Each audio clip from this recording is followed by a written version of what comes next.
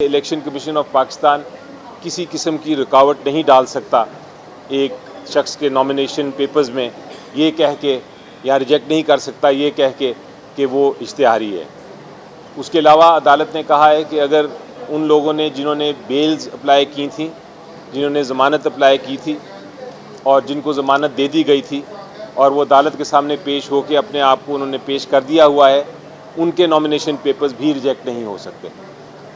और तीसरी अहम बात यह है कि जहाँ तक आपको ये कहा जाता है कई नॉमिनेशन पेपर्स इस बात पे भी रिजेक्ट हुए हैं कि आप पेश नहीं हुए रिटर्निंग अफसर के सामने, तो अदालत की ये भी ऑब्जर्वेशन थी कि ये कानून में कहीं ये नहीं कहा कि आप पेश हों ज़रूर। ये पेश होना या ना होना ये रिटर्निंग ऑफिसर उस बेसिस पे, उस ग्राउंड पे, उस वजह से नॉमिनेशन पेपर नहीं रिजेक्ट कर सकता।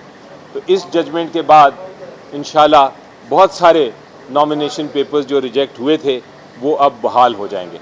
शुक्रिया। सर ये बताइएगा कि जो रिटर्निंग अफसर ये कर रहे हैं, इस तरह कागज़ मुस्तरद कर रहे हैं, क्या उनकी तरबियत नहीं की गई या इलेक्शन कमीशन की मालाफाइडी है इसकी?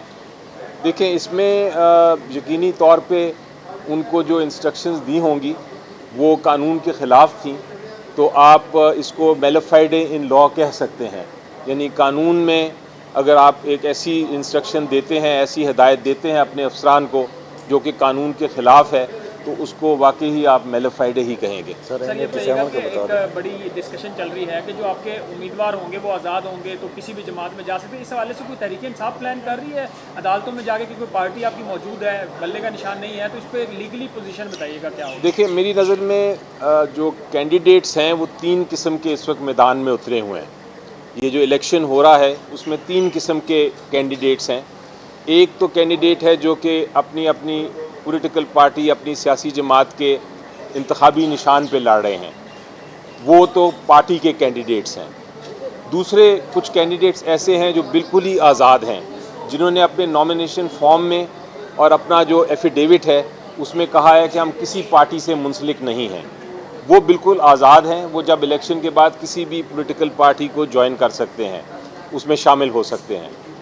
तीसरा कैंडिडेट वो है जो कि जिसने अपनी नॉमिनेशन पेपर में लिखा है कि मैं इस पार्टी का, एक ख़ास पार्टी मसलन पीटीआई का मैं कैंडिडेट हूँ और पीटीआई ने उसको एक्सेप्ट किया है, लेकिन वो सिंबल चूँकि पीटीआई को नहीं मिला, वो अपने ही सिंबल पे लड़ा है इलेक्शन, लेकिन उसने एफिडेविट में भी और नॉमिनेशन पेपर्स में भी ये जाहिर कर दिया है कि मैं पार्टी का नॉमिनी हूँ। ये जो नॉमिनी कैंडिडेट है इसको भी पार्टी का कैंडिडेट समझा जाएगा, बेशक वो पार्टी के सिंबल के बगैर लड़ा है। इसलिए कल को जब इलेक्शन होगा तो वो पार्टी का ही कैंडिडेट समझा जाएगा और पार्टी का ही मेंबर समझा जाएगा पार्लियामेंट में। सर, कल लाहौर हाई कोर्ट ने सलमान अकरम राजा साहब को इलेक्शन कमीशन से रुजू करने की हिदायत की है, तो क्या तमाम कैंडिडेट्स इलेक्शन कमीशन से रुजू करेंगे या सिर्फ सलमान अकरम राजा?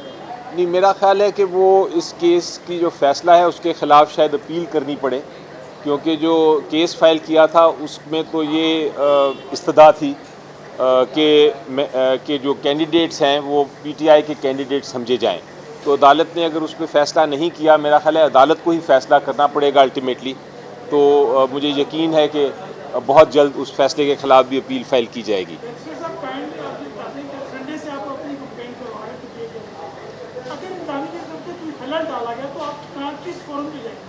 देखिए, फ़ोरम तो पाकिस्तान में जो आइन के तहत बनाया था ओरिजिनली वो इलेक्शन कमीशन ऑफ पाकिस्तान था। अगर इस किस्म की कोई इलेक्शन की कैंपेन में मुदाखलत होती है किसी भी तरफ से, तो ये इलेक्शन कमीशन ऑफ पाकिस्तान की ज़िम्मेदारी है कि वो इस पे उसका सलूशन ढूंढे और उसका हल ढूंढे। लेकिन चूँकि इलेक्शन कमीशन ऑफ पाकिस्तान नाकाम है इस मामले में, वो कोई इक़दामात नहीं कर रहा, तो अगर ऐसा हुआ तो फिर अदालत के ही हमें रुजू करना पड़ेगा, क्योंकि आखिरी रिजॉर्ट, आखिरी हल अदालत के पास ही है। हालांकि ये सियासी मामले होते हैं, लेकिन अल्टीमेटली ये अदालत के पास ही आके हमें रिलीफ अगर मिलना है तो अदालत से ही मिल सकेगा। Thank you ji.